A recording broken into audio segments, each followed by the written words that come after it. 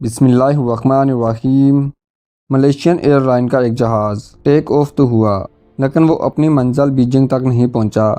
आज तक किसी को भी मालूम नहीं हुआ कि आखिर ये जहाज़ गया तो गया कहाँ। लेकिन जहाज़ के कुछ हिस्से मिलने और इन्वेस्टिगेशन ऑफिसर्स के मफरूज़ों की बुनियाद पर यह उम्मीद लगाई जा सकती है कि आखिर ये जहाज़ कहाँ पर मौजूद है। नाजरीन, उर्दू डिस्कवर टीवी की वीडियोस में खुशामदीद। अगर आप हमारे चैनल पर नए हैं तो हमारे चैनल को सब्सक्राइब करें।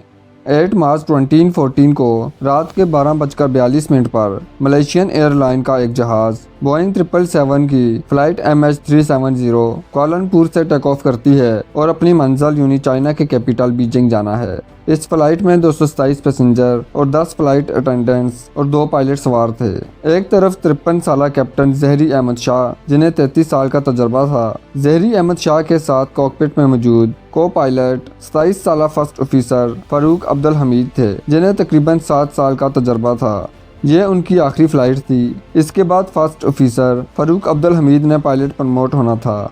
ये फ्लाइट टेक ऑफ करने के बाद तकरीबन 26 मिनट तक उड़ान भरती है। रात के तकरीबन 1:08 पर मलेशिया कोस्ट लाइन को क्रॉस करके चाइना के साउथ सी के ऊपर चली जाती है।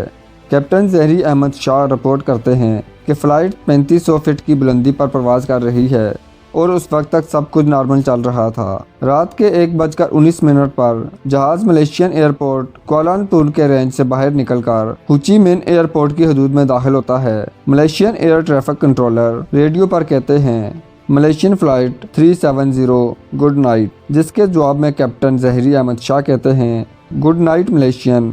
यहाँ तक सब कुछ नॉर्मल चल रहा था। कैप्टन ज़हरी अहमद शाह के ये अल्फाज सुनने में बिल्कुल नॉर्मल लगते हैं, लेकिन ये कोई नहीं जानता था कि कैप्टन ज़हरी के मलेशियन फ़्लाइट 370 से सुनने वाले ये आखिरी अल्फाज होंगे। थोड़ी देर बाद मलेशियन 370 एयर ट्रैफिक कंट्रोलर के रडार से गायब हो जाती है। मलेशियन एयर ट्रैफिक कंट्रोलर इस पर ज़्यादा तवज्जो नहीं देते, क्योंकि वो समझते हैं कि मलेशियन फ़्लाइट 370 उनके रडार की रेंज से बाहर निकल गई है। अब रात के तकरीबन 1:21 पर मलेशियन फ़्लाइट MH370 वियतनामी एयर ट्रैफिक कंट्रोलर के रडार पर शो होती है, लेकिन कुछ ही सेकंड बाद MH370 वियतनामी एयर ट्रैफिक कंट्रोलर के रडार से भी गायब हो जाती है।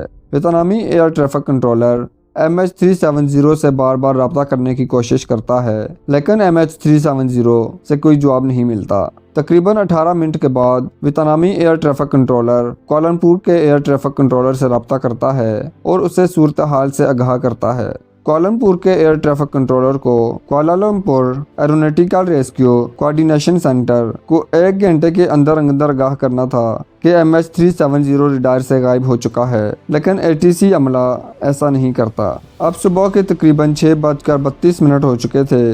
इस टाइम MH370 को बीजिंग के एयरपोर्ट पर लैंड करना था, लेकिन इसकी कोई लैंडिंग नहीं होती। सुबह के 6:32 पर एक सर्च ऑपरेशन बुलाया जाता है और मलेशियन फ्लाइट MH370 को ढूंढने की कोशिश की जाती है। इस सर्च ऑपरेशन में 7 ममालिक की 34 शिप्स और 28 एयरक्राफ्ट हिस्सा लेते हैं, जो कि MH370 को ढूंढने की कोशिश करते हैं, लेकिन इनको जहाज़ का नामो निशान तक नहीं मिलता। 4 दिन बाद 12 मार्च 2014 को एक खबर निकलती है कि MH370 सिविलियन रडार से तो गायब हो गया था, लेकिन मिलिट्री रडार पर यह एयरप्लेन रात के 2:22 तक देखा जा सकता है। इसकी लोकेशन साउथ चाइना सी पर नहीं थी, बल्कि स्टेट ऑफ मलाक्का में थी, जो कि बीजिंग के बिल्कुल मुखालिफ थी। इस खबर को सुनकर हर कोई हैरान रह जाता है कि प्लेन गया तो आखिर गया कहाँ। लेकिन कुछ दिनों के बाद सैटेलाइट डेटा से एक और सबूत मिलता है कि प्लेन ऑटोमेटिकली एक सैटेलाइट से कम्युनिकेट करने की कोशिश करता है,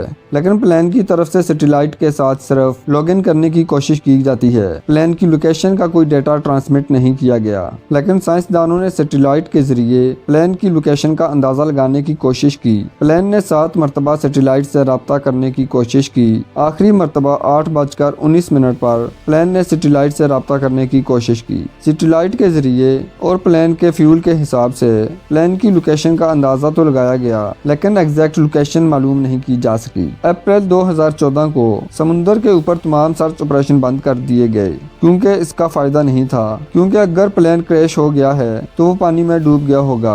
अब समुद्र के अंदर प्लेन को ढूंढने के लिए सर्च ऑपरेशन किया गया, जो कि दुनिया का सबसे बड़ा और महंगा सर्च ऑपरेशन था। यह सर्च ऑपरेशन न सिर्फ हफ्तों, महीनों बल्कि सालों तक जारी रहा, लेकिन MH370 के बारे में कुछ मालूम ना हो सका। 3 सालों के बाद तकरीबन 160 मिलियन US$ खर्च करने के बाद ये ऑपरेशन भी बंद कर दिया गया। ये ऑपरेशन भी एक फेलियर रहा और आज तक कोई भी ये ना जान सका कि MH370 का मलबा इस वक्त कहां पर मौजूद है।